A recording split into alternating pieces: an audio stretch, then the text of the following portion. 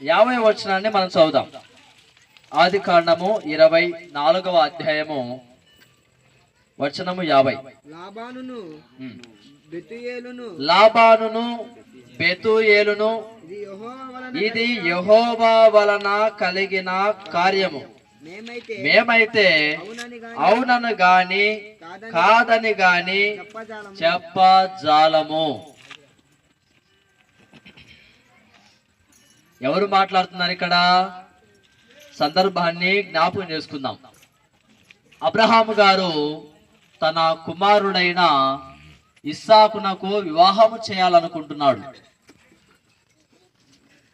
వివాహము చేయడానికి ఎన్నో కారణాలు ఉన్నాయి, కానీ చాలా మంది వెతికేది ఒకటే కారణం. ఏంటి? వయసుకు వచ్చాడు, పెళ్లి చేయాలి, వయసుకు వచ్చింది, పెళ్లి చేయాలని. అది సరి అయిన నిర్ణయము కాదు. అబ్రహాము గారికి పెళ్లి చేయాలన్న తలంపు ఇస్సాకు వయసుకు వచ్చాడని రాలేదండి. అలా వచ్చిందా? ఎలా వచ్చింది?